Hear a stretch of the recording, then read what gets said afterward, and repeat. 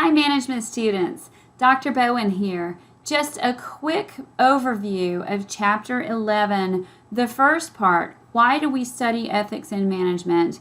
I know you were probably thinking of this class as being 100% full management theory and applying it to the public relations process. So why did we start with ethics, and why are we getting toward ethics right after the midterm of the semester and talking about it continuing on for the rest of our time together?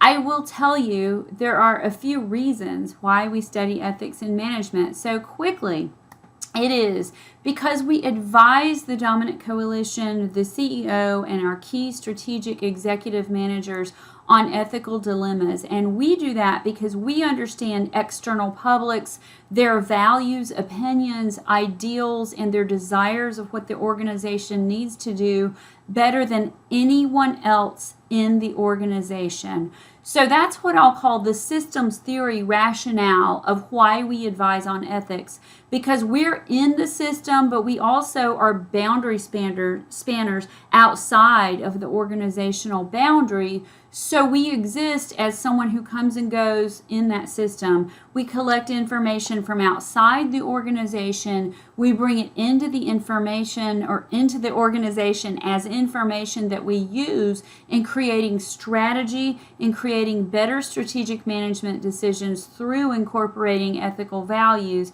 And then, of course, putting that information out as output to the environment and getting feedback from those stakeholders and publics in our environment. So that's the systems theory rationale. Another reason is, if not us, who?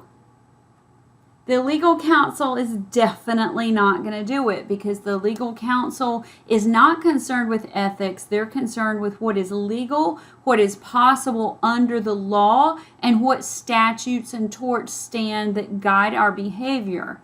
So they're not going to do it. The public affairs arm of our function, again, we deal with regulations, we understand government, but we also have the added value of understanding what's going on inside of our organization, of knowing what's happening throughout our supply chain, if we're doing ongoing strategic listening as we should be, looking for issues, monitoring trends, doing environmental scanning, and bringing that information into the organization.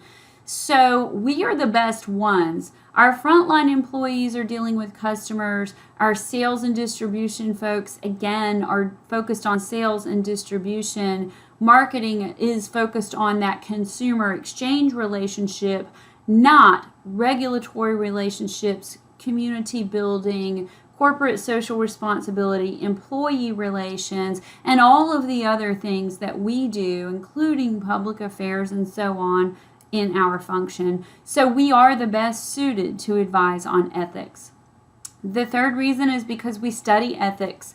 Many times the people I've spoken with at the highest level of issues management, doing executive problem solving for global organizations that employ anywhere from 90,000 employees to several 100,000 and do business in 186 countries around the world, those folks have studied ethics. They've studied what's in Chapter 11. They're conversant with those terms and theories because they have a high level of responsibility, not just for their teams, but to the lives of consumers around the globe who use the product or service, to the employees, the contractors around the globe who the company uses to make its product or service, and so on. So they realize they're interacting with people's lives and their standard of living and their livelihood every single day. So they look to moral philosophy to guide that ethical decision making.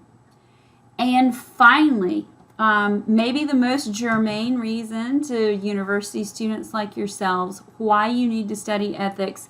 I know that you're not going to be advising the dominant coalition or the CEO right out of the gate. That's not why we're studying it right now. We're studying it so you get that good foundation for your first jobs, so you can interact with your first teams and your supervisor ethically.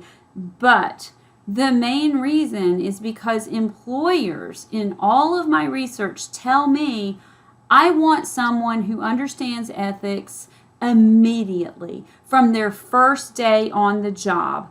I want an employee, even if it's an intern, who's not going to create problems, who's not going to create a crisis, and who can identify a potential problem and escalate it up the chain when they see it. So there you go. That's why we study ethics in the management class. I hope it's enlightening to you and of a lot of value. I think it is the most important thing that we can study in terms of becoming better citizens of the world, better human beings, and more responsible in our organizations. It's the way we can make the biggest difference in making the world the better place that we would all like to live in. So good luck studying consequentialism and deontology, and I will talk to you soon.